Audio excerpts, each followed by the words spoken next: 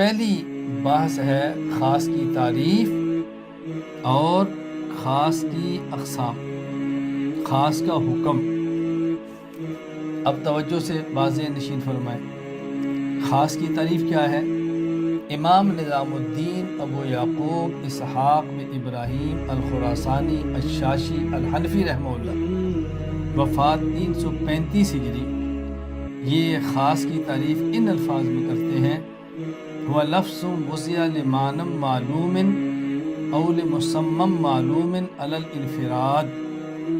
خاص وہ لفظ ہے جس کو ایک معلوم معنی یا ایک معلوم چیز کے لیے الگ حیثیت سے وضع کیا گیا ہو، یعنی لفظ کا ایسا معنی جو فرد واحد یا کثیر متعدد افراد پر یکساں بولا جائے۔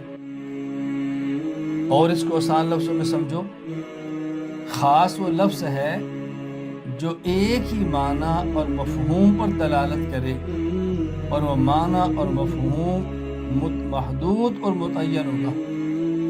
کبھی اس کا فرد ایک ہی ہوگا، کبھی اس کے افراد کئی ہوں گے، لیکن معنی محدود اور متعین ہوگا۔